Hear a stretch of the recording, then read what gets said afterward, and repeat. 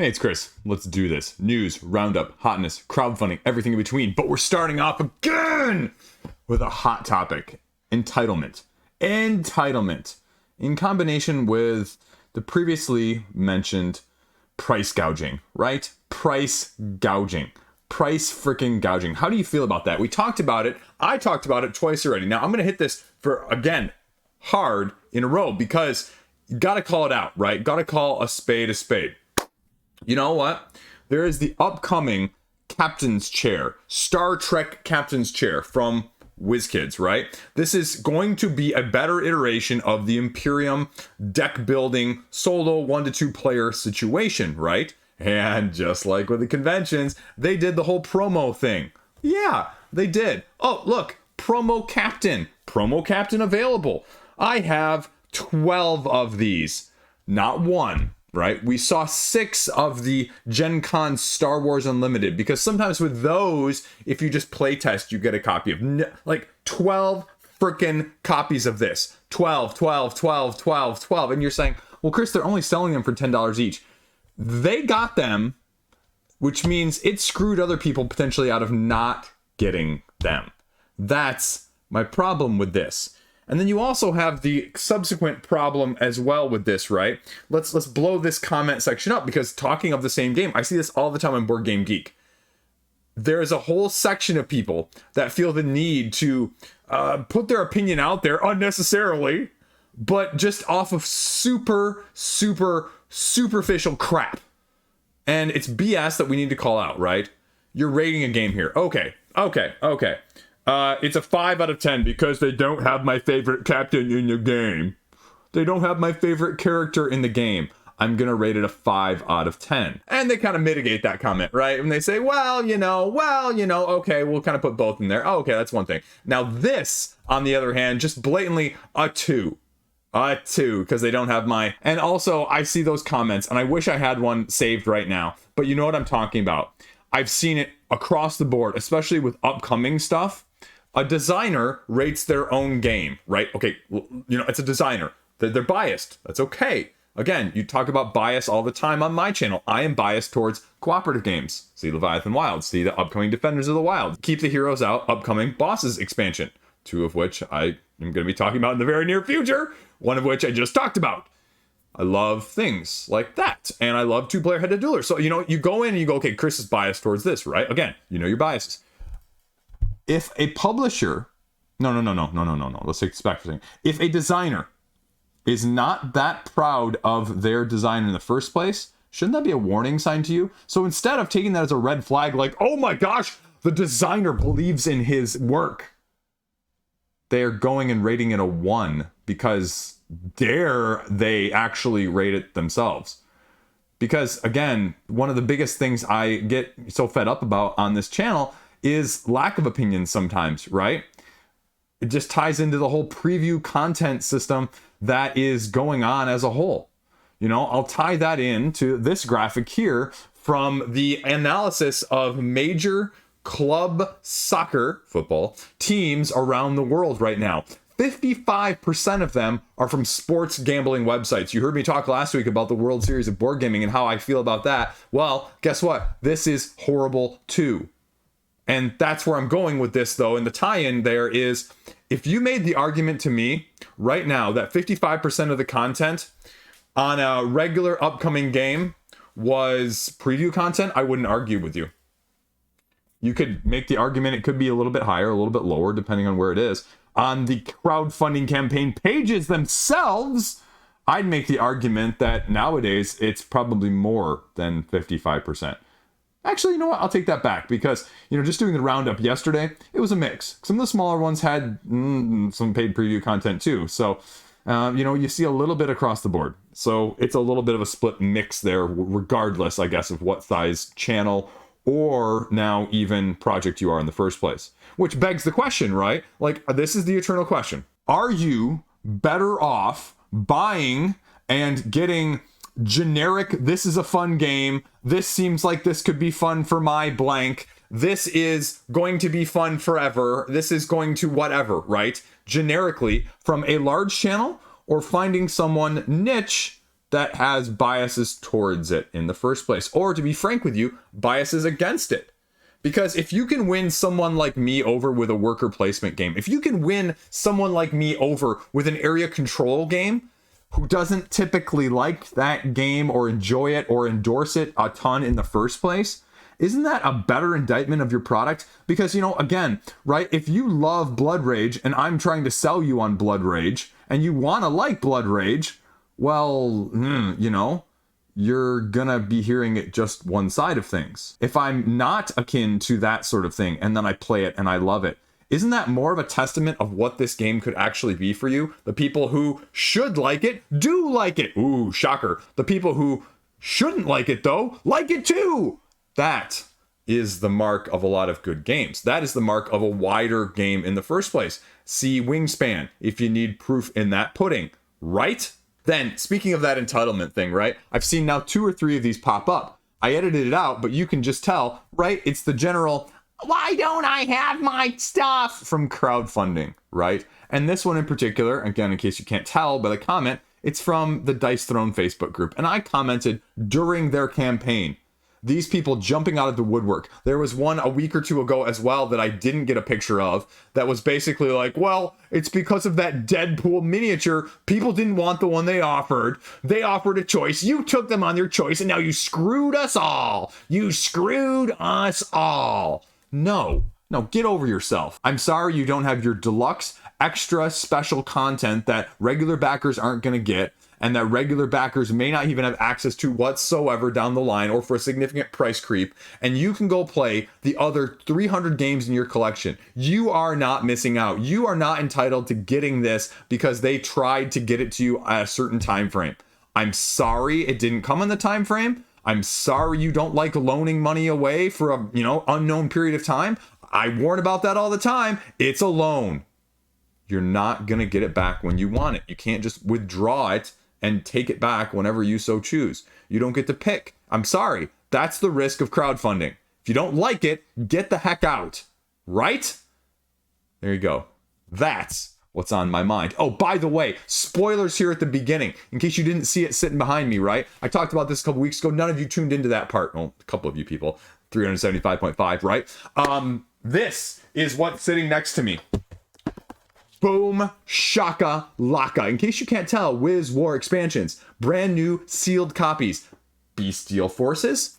Malefic Curses. Chris, you didn't need Bestial Forces. Yeah, I know. But there was the whole snafu. Guy sent me the wrong copy. He actually sent me this. And then he sent me this. And then the person who bought this didn't want it. And so then he sold it to me. So I have all of them now. I have all of them. So awesome. There you go. What's news, though? What's news? Well, first up, Chad, call me. Rah! 25th Century Games. Rah, the upcoming crowdfunding campaign with the reprint of the Pharaoh edition. Freaking fantastic. One of the best games of all time. It's getting an expansion. How do you feel about that, right? Like, plenty of people have said, Rah is a perfect game already for me. Rah is one of those games. Do you need more?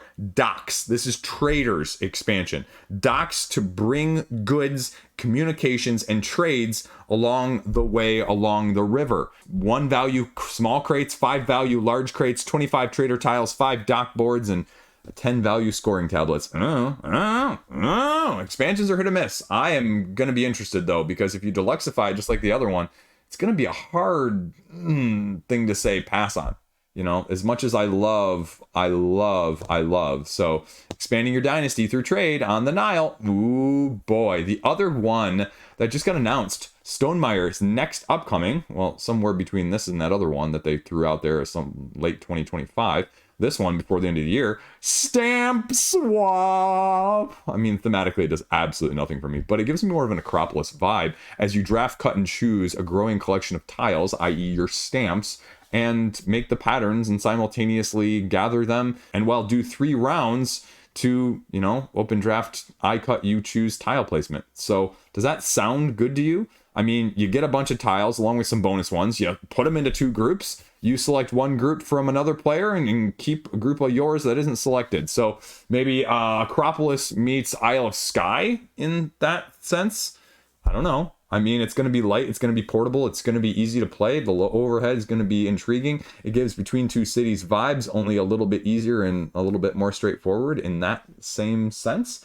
But is it actually going to appeal to you? Itachi has some thoughts, but I don't know. We'll see. Give it a look-see. Briefly mention it here because I can't actually find any information on it anywhere, and that's an upcoming Saashi and Saashi game called The Great Escape at 1 a.m. I have no idea what the details are, but again, another one of those classic indie hits from Saashi, and so we'll kind of see where that one goes. I was just browsing their website while trying to figure out more information. Then Barrage is actually coming to crowdfunding later this month. They finally announced the launch date, and we're getting the 28th. You're getting your big box with more expansion content. How do you feel about one of the top 40 games of all time? If you didn't think that Board Game Geek skewed heavy, right? I mean, again, skews heavy, folks. It skews heavy Euro, screams it from the rooftops all the time. I don't care what you say, it does. Truth be told, and that's okay. Again, know your biases, as I said earlier. The Legendary Box is what it's called. It's including the Far Company's expansion. It's going to be a storage solution for everything, they say. Everything so far. 2 new companies, though. You're getting 2 new companies, expansion for them, as well as 4 new bases. A 5th one already included in the Leewater Project previous expansion. And these ones are going to have, they say, unique characteristics that significantly distinguish them from the standard companies. So the Japanese company and the Brazilian company. Brazilian's going to specialize in versatility. Japanese company is using bases and elevations. I was going to say brass there. I was like, well, that's really weird. And Japanese company using brass? I don't know, using another game? Anyway. Transpired by the ground dams. So it's possible to use elevations if they were bases, and I don't even know what the rest of this stuff means, so I'm not going to read it and pretend like I actually have a clue, right? Both companies unlock a special company ability when a 3rd powerhouse is built. You intrigued? You interested? I don't know. We'll see where it goes.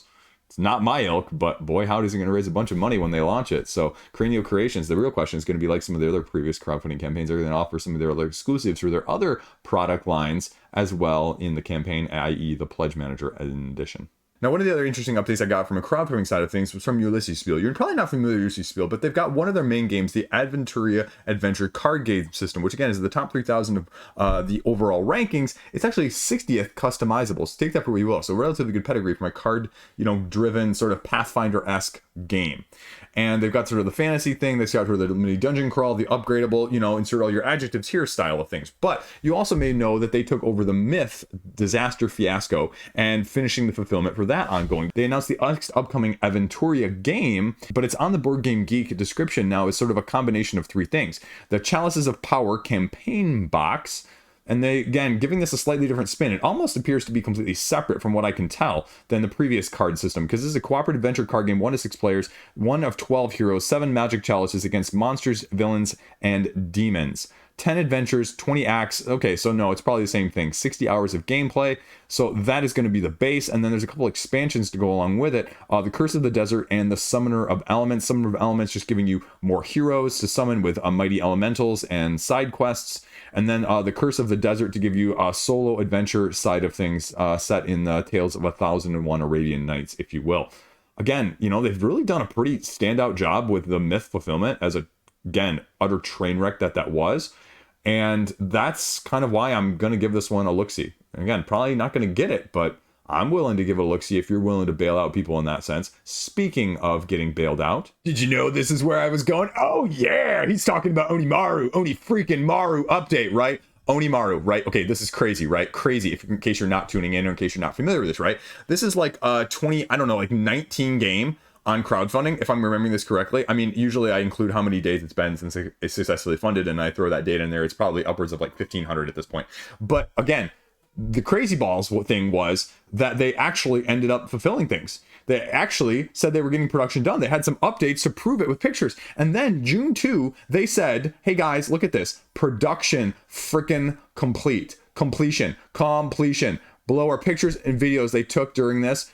These were released in bulk. We don't know when they were captured. Peruse at your leisure. Here's a whole bunch of stuff, right? I mean, like, this is the stuff. I mean, that looks like, like videos, right? You can't fake the videos too easily anyway. But then shipping, they're going, okay, shipping's around the corner. Address updates, all of that thing. The agony's been worth it. You're going to be able to get it. Okay, and then that's, beginning of June. And then we have, 2 weeks later, they said, okay, shipping update information. Crowd auction, you're going to be getting these stuff. Please don't make any changes, or if you need to, this is your deadline of July 1. Okay. Awesome. Final information is given to fulfillment partners. Games travel across the water. We'll know more in terms of the time frame. And then you go back over and you go, okay, great. Fantastic. When's the latest update? When does that say? Oh, no, just kidding. It's been now over 2 months since that update of production being complete. So where the deuce or double deuce do things stand? Now, again, it's better than anyone ever thought that it was going to be. But again, 2 months of silence with zero contact or information when you told me production was literally complete 2 months ago. I mean, that's about the time it takes to get it on the water and ship it over. So where are things at? And to be fair, again, like they actually say, hey, we're going to give you an update in another week or two. So it's like me responding to Facebook messages. I'm sorry. I'm horrible at Facebook messages. It never tells me when there's messages. And then the people are like, oh yeah, here, I sent this to you 5 days ago. And I'm like, oh man, again, it's horrible. But are you actually ever going to get it? Would you play it? Would you keep it? Or would it harbor too many bad memories? I'd argue that if it was a good enough game, I'd keep it. But who frickin' knows, too?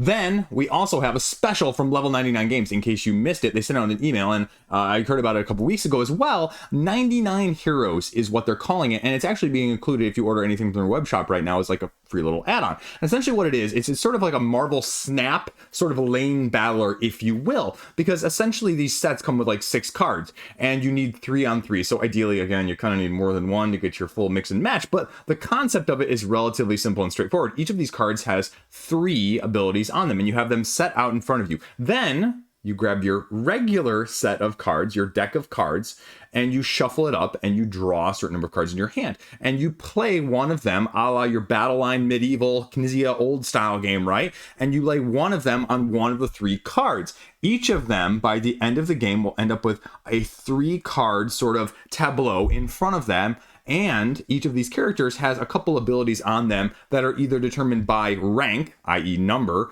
or suit. And so if you match that when you're placing it down, their abilities are going to activate. But then these cards will also have value of them in themselves in the first place. And then when all 9 cards are laid down, you go Battleline Medieval, because you want to have 2 of the 3 lanes won. And you mix and match different powers, different abilities, different swaps, all of that sort of stuff, a la your snaps and, meets Battleline Medieval in the first place. So that one, really, really intriguing. 4 sets over on Level 99 Games' web shop right now. Doesn't even actually have a board game entry at the time of me filming this either. So what's hot this week? What is on the usual hotness? Where are things at? What is new? What else is still on there? I mean, 7 Wonders, the reskin with the Lord of the Rings, Duel for the Ages, it's still sitting on the top, right? I mean, that's going to get all the clicks. There's going to be some early copies over at Essen. Otherwise, it's got a November tentative street date over in North America. So I imagine you're going to have the hype coming out, maybe not quite soon, but very, very shortly. I would imagine that even prior to Essen, you're going to see 2 or 3 of the biggest channels have copies, have reviews out even prior to that, right? So if anyone's going to Essen and wants the Mule Me A Copy back, boom, or an Evenfall expansion or a Veil of Eternity expansion, I'm all for those as well. But those expansions will also be out before the end of the year, which is going to be a make it or break it for a lot of those games for me. But anyway, what's actually else on the hotness? Well, Arcs is still there. Arcs is still going to be there. I mean, it's still getting all the hotness, it's still getting all the click, it's still getting all the rage bait, it's still getting all of the usual stuff on both sides of the fence. The other one that is sort of a little bit newer is going to be upcoming from Frosted Games and Pink Troubadour, and that is the Galileo Galilei. And that's discovering what Galileo couldn't do. New planets and new star systems. A Euro style. I'm going to guess a little bit of a heavier, but there is no actual weight description yet on Board Game Geek. And you're going to be using your telescope, one of 5 actions available to you, to evolve into better ones. Sort of maybe like a little bit of an Arc Nova-esque. I don't know if there's actually going to be a reordering of the actual ordering or just the upgrading of the actions in the first place. Collect cards of planets and star systems, lenses to make the discoveries, and Inquisitors, though. Inquisitors, no one ever expects the Spanish Inquisition. Sorry. Then they're going to arrive unwelcomed and ruin your fame. So find a better way to profit. That's the story of our country right now. Anyway, but that's on the hotness as well. Dune Imperium Bloodlines still rocketing up my wish list and my hype list from that side of things. And then Minos, Dawn of the Bronze Age. Another in the later now, Board and Dice. I mean, I feel like it's Board and Dice versus Devere, right? Just kidding. They're not competing, folks, but I just feel like every time I announce one from Devere, Board and Dice has one shortly after, and then it just alternates, and that's fun. I like seeing what they do, and those are your heavy companies right now, because it's got, again, a 3.86, heaviness on the heavyweight scale for Board Game Geek. Comparison-wise, in case you're wondering, Barrage was a 4.11, I believe. So, again, probably a 2 to 3 hour game from that aspect of things, and it's Crete, and you've got the fate of Minoan civilization yet to be determined, and you're one of the 4 clans trying to be the ultimate leader of your people. But they say, contrary to a lot of the other civilizations back then, the Minoans are actually known for their peace and prosperity, so you don't get to fight. You get to build cities, monuments, structures, trade routes, expanding. Well, you still get to fight off the outsiders, but planning your actions with the clan council, the research, and issuing the decrees. So, I mean, it's got drafting and assigning dice to a programming board, right? Because you were wondering with that generic Euro-heavy description where I was going with that, but that appears to be the unique feature. Lower dice, stronger actions, higher dice, climb the tracks and gain the benefits. Action phase, you take them, order them, and use them in pre-planned actions. But also, there's going to be a tableau. It's going to have immediate effects, but triggered rewards to the actions or dies that may be assigned to them. So, again, giving you slightly something different. A Teotihuacan kind of different vibe, if you will. So, we'll kind of see where that one goes as well. But again, probably one of those, I'd like the idea of talking about it, but probably not the actuality of playing it. So, we'll kind of see. We have another one, a Tikal Legends version. Well, what is the Legends version? Well, Legends version is going to come in standard and deluxe from Super Meeple as the publisher. So it says it's going to be taking the base game, it's going to give you the new Legends version and a new solo mode. It's not possible to play it, though, if you just have the original in the first place. It's an exploration, placement, and area majority-style game in Central American jungles searching for lost temples and treasures. Pick and perform actions in this case, but they're giving you basically, as they say per the Board Game Geek description, a wider toolbox in order to do so. Claiming different terrains, different card benefits, manipulating the map, expedition members, and so much more! Who knows, right? Is it going to be of interest to you? Did you play the first one? And at $19.99, so to be fair, at least it's not another 2 or 3 year remake, redux, remastering, if you will. So does that tickle your fancy at all? And then last up here, we also had a new Ark Nova. Ark Nova is making waves again, folks. There's a new map pack.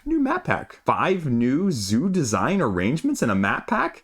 But again, I kind of fear like, if it's going to be new map packs, it's like really flimsy stuff. It's not like the cardboard ones, I think, if I'm remembering correctly about those. So do you feel like you need more of that? Have you played Ark Nova enough to justify it being at the top game of all time from, I don't know, a year or two ago? Because it's probably slid down your list because the hype and hotness train is running hard and heavy, right? Side note right here, right? Like I was trying to do I sat down today and did it. Top 100, and I did it. I was like, wow, that was tough to fill at the end, like sort of especially like the 70 to like 90 range of things. But then I also then realized I forgot a whole bunch of games, and then I had about 30 games that I was like, oh crap. But also some of those, I feel like there's going to be a big disclaimer on that list on that video whenever I do that, because it's going to be one of those where I'm going to be like, look, it may be on there, haven't played it enough to actually realize it. So there you go. Again, how would you want to see me break that down? I think we have to do by 10s, right? 25s? I don't know. 25s until you hit maybe 30? I don't know. Whatever. You let me know in the comment section. So again, we know that's about the news and that's about the hotness. Everything else in the hotness is relatively the same, right? You got your roots, you got your regular dunes, you've got all of those other, retreads. The ones that are just getting the clicks regularly. Harvest, the worker placement, light style things that was coming out, recently funded and crowdfunding delivered, as well as getting a little bit of a Gen Con treatment. I would imagine you're probably going to see that one on the Essence side of things as well. But then, upcoming crowdfundings, what do we got? Well, I mean, from this past week, we really just had the big upcoming one of Leviathan Wilds, right? I talked about it. It's going to get a reprint, a little bit of expansion content, and I'm going to be watching it closely. Mooncrab Games, I think they put out an excellent product. It's probably, spoilers in case you want to go watch my video and it'd be really helpful, it's probably going to be a top 10 game of the year for me, truth be told, right?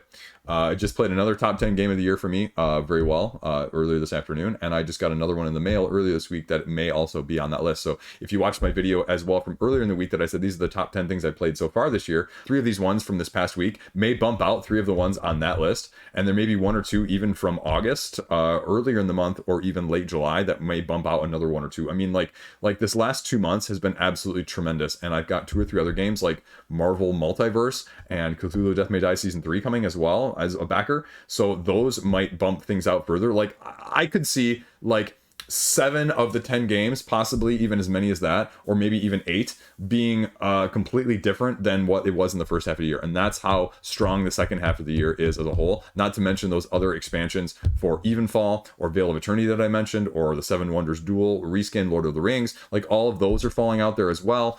Guilty Gear Exceed from Level 99 Games. Just tons and tons of that stuff I'm super excited to see. Endeavor Deep Sea. All of those games that are coming out. I mean, like, where do you rank those? How do you compare those? Because I kind of threw those in last year's, but they're also freaking ecstatically astounding in the first place. So that's going to be really interesting to see, and that's going to be a lot of stuff. I mean, it's going to be a really, really hard year from that aspect of things. And like I said, just on the crowdfunding from this past week, I still kind of want to try Bloodstones from Wallace Designs, right? That's still on my radar. I've still been trying to trade for a copy of it, but unsuccessfully so far, so I'm working on that as well in the background. But again, like, I'm also very, very happy with these 2 sitting right here, right? Like, having Malefic Curses. I have been looking for this one for so long. So, 3 new schools of magic, hexcraft, chaos, and necromancy. So, freaking fantastic stuff. I think that's about it. I think that's all of my rants, rambles, raves for this week. And I think I'll be having my wish list of August come out this coming week. And in case you missed me talking about it as well, I will be doing a not wish list, as in the games that are, you know, potentially, but also reasons you shouldn't put them on your wish list in the same time. So we'll see. Again, anyone wants to mule stuff back to me from Essen, you know what? Hit me up in the emails. That's all I got. Stay classy. Have a great freaking fantastic day. And you know what? Do something fun. Do something fun. It's almost the end of summer. My kids got just over a week left before they go back to school. So blessing curse that is. 4-year-old is going to go 2 days a week. 2 days a week. 2 full days a week. And you know what? Truth be told, like, I understand the need for socialization. He's going to have an absolute blast because, I mean, he's my social kid. He's like, every day I need to play with somebody, right? Like, mom and dad, who am I playing with today? Not like you're good enough. Not brothers are good enough. I need to be social. Period. Who is it?